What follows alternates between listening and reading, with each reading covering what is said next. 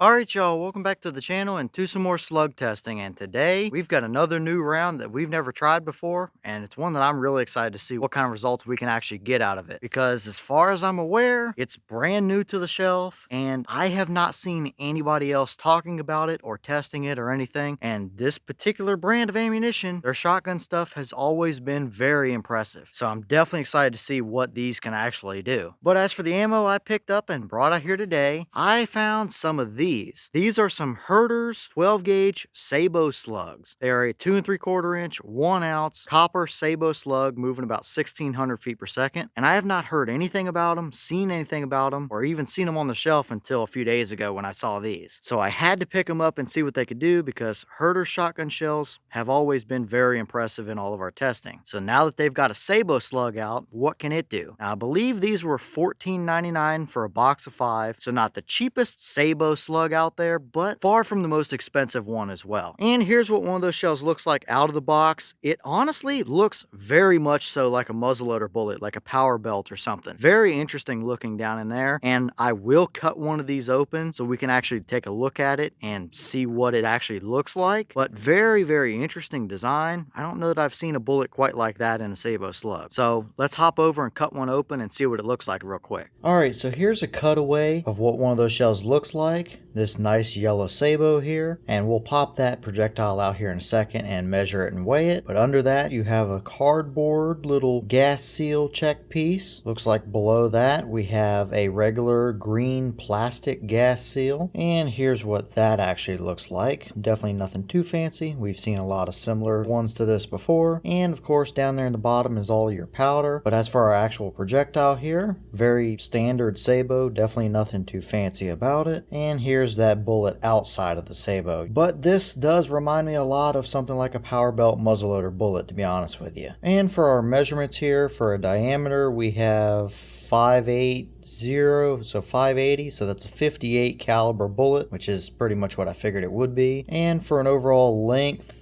it is right at 1.09. And our actual projectile weight is 438.4 grains. 1 ounce is 437.5, so we're about 1 grain over an ounce, which is probably that plastic nose piece more than anything else. And here's that bullet without the little plastic nose piece, and I gotta say, that thing was pretty difficult to get out. It's got a massive hollow point cavity down in there, and as for the depth of that cavity, right about there, which is 0.451, so definitely a very deep cavity. And I did drill the base of it a little bit, and this does appear to be an entirely copper projectile. So definitely a very interesting bullet design here, that's for sure. And as for the setup we're going to run them through today, I brought out my Remington 870 Special Purpose. It has an 18.5 inch fully rifled cantilever barrel on it with a loopholed VX1 2-7x28 on top. This is my kind of go-to slug gun, so it should give us a pretty decent idea of if these are any good or if they're kind of junk. So as for today's test, we're going to run it the same as we always do with these slug tests. We're going to shoot a 3-shot group at 50 yards and another 3-shot group at 100 yards. It's not a perfect scientific test. I would love to shoot group after group after group, but I don't have a ton of these slugs, so we got to make do with what I do have. And of course, all those will be through the chronograph as well, so we can get our velocity, which I don't expect to see 1600 feet per second out of this short of a barrel. But enough talking, let's get you guys a view of the target and see what these Herter's Sabot slugs can actually give us.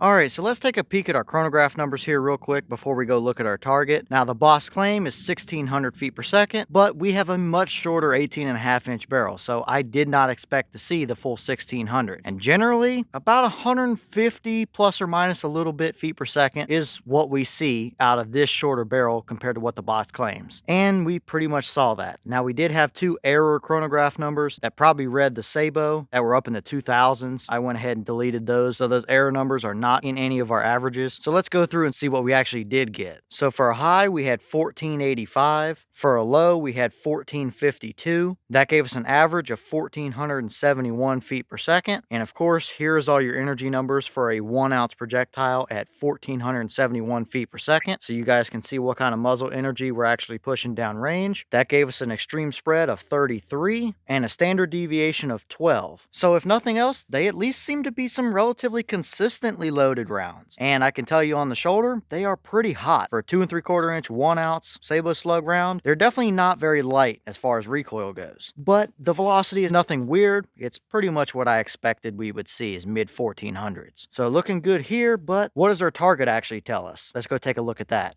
Alright, so now let's take a look at our target, which definitely shows some interesting results. And I think these results also reflect on the Sabots, which we got out of these as well, which we'll show you those in a minute. But we'll start on the left side there with our 50-yard group. We had 2 that were pretty close together and 1 that was a little bit of a flyer, but ultimately not a terrible group. So let's measure it and see what it gave us. Alright, so at 50 yards, we had 1.83 inches. So nothing super amazing, but very solid. Sub 2 inches at 50 yards is more than good enough to get the job done. And I did feel good about all of these trigger pulls today. So that one that was a little bit of a flyer, that is a quality trigger pull. So that's the actual real world results there. But let's move over to the right, which was our 100-yard target. And to my surprise, we actually hit a little bit high. Now, to be fair, this is not the round that I'm zeroed with, but it does surprise me that they were consistently high even out at 100 yards. And here's where things really got pretty interesting, because our bullet holes are 1, 2, and 3 over here. So definitely opened up quite a bit, but we still had 2 that were pretty close together, all things considered, I guess. And then 1 that was a little bit of a flyer off to the side. And I felt good about those 3 trigger pulls as well. So I do believe that is actually legitimate as for our group. So not great, but I guess let's measure it and see what it actually gave us. All right, so that 100-yard group gave us 5.61 inches. Definitely not impressive whatsoever. Typically, with a good load out of this shotgun, we're 2 inches or so at 100 yards. And that is far from what we saw here today. Now, is 5.5 inches or so still good enough to take on a deer hunt? Yeah, probably, but it's not really what I'm looking to see. And I was hoping for a lot better from Herter shell, that's for sure. But let's switch around here and take a look at our Sabots, which I think tell us a lot better of a story as to why we saw these results.